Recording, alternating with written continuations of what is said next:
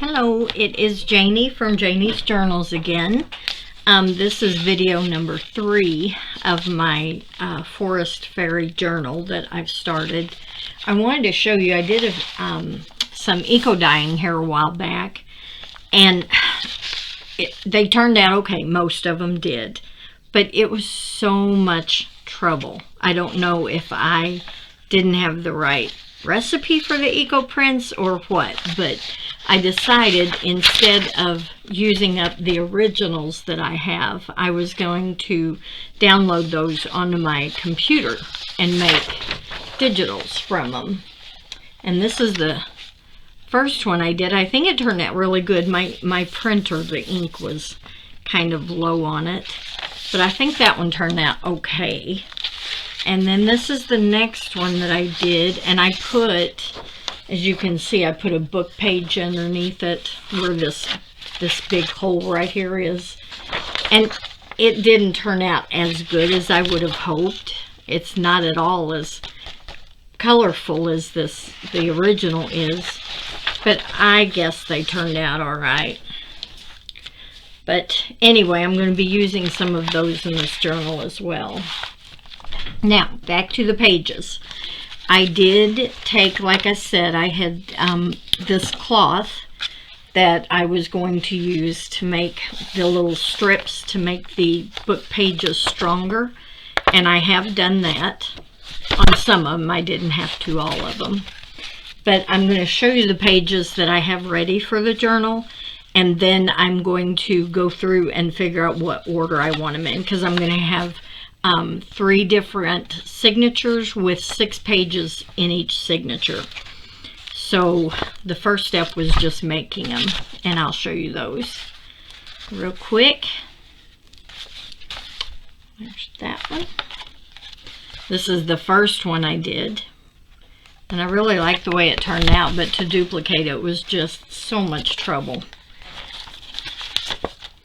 This is an Edith Holden page.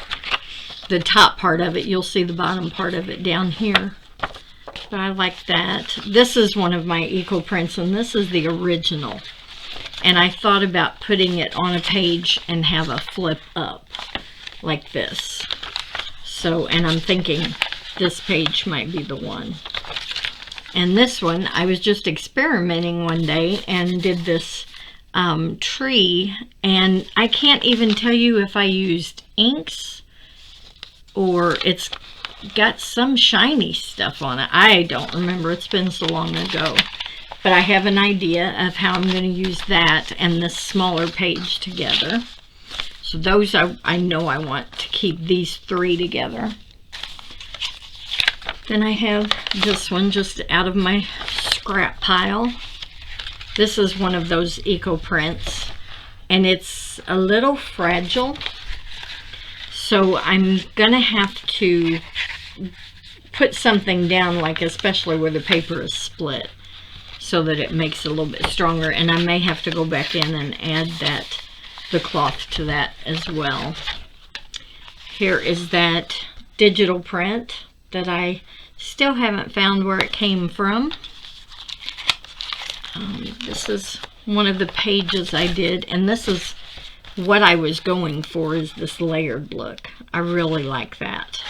I may have to, I put the cloth on this side of it, but this page, this business practice page, is pretty flimsy too.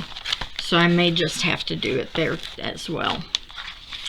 This is the material that I did, using the Yes paste. Put those together. Here's the bottom half of that Edith Holden page, and I shouldn't have done it, but I couldn't help myself. This had a nest with some eggs in it, and I found one of my little flower fairies was a baby, and I put it on there. I just thought that it looked so cute, and I had to do it while I was thinking about it. So that's one of the pages. Here's another one, and this one kind of flips out. Then I have just this tea stain page. Then I have this one, which is one of my backgrounds that I played with. This is the one, I don't know what I was doing here, but we're going to use it in this journal. And that's another just tea stained.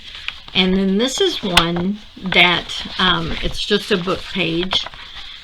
And I put on top of that, this is just a piece of copy paper.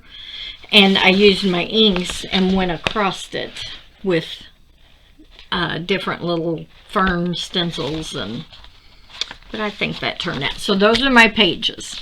Now, I'm going to be quiet, and I'm going to sit here and figure out what order I want all these in. So I'll be back.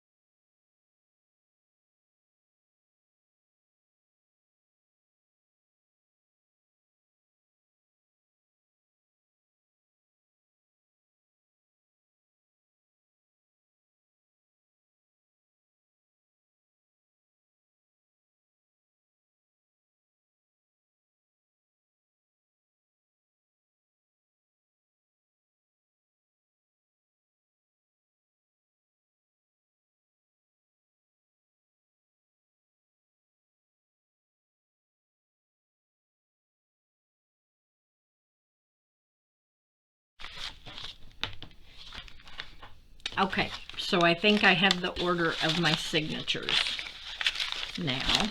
So start with this page. I tried to mix them up so that they made sense together. So this one is really bright and colorful, and I put it next to this one that is kind of toned down a little bit. And I think those look good together, stacked like that.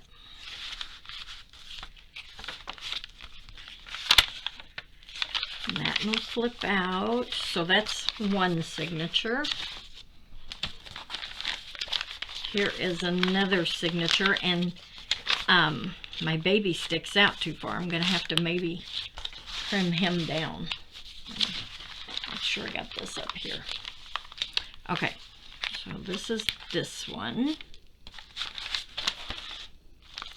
Yeah, baby is going to have to be trimmed down, I'm afraid. But I like the baby alongside this tree, and then this paper here. I like the looks of that. And then what I'm going to do here is also going to go along with that baby page. So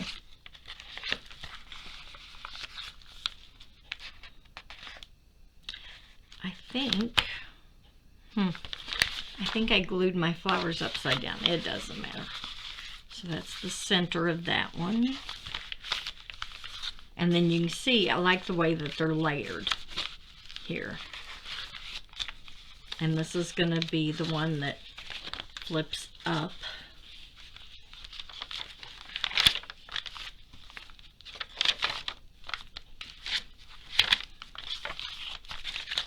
Okay. And then the last signature is going to go this way.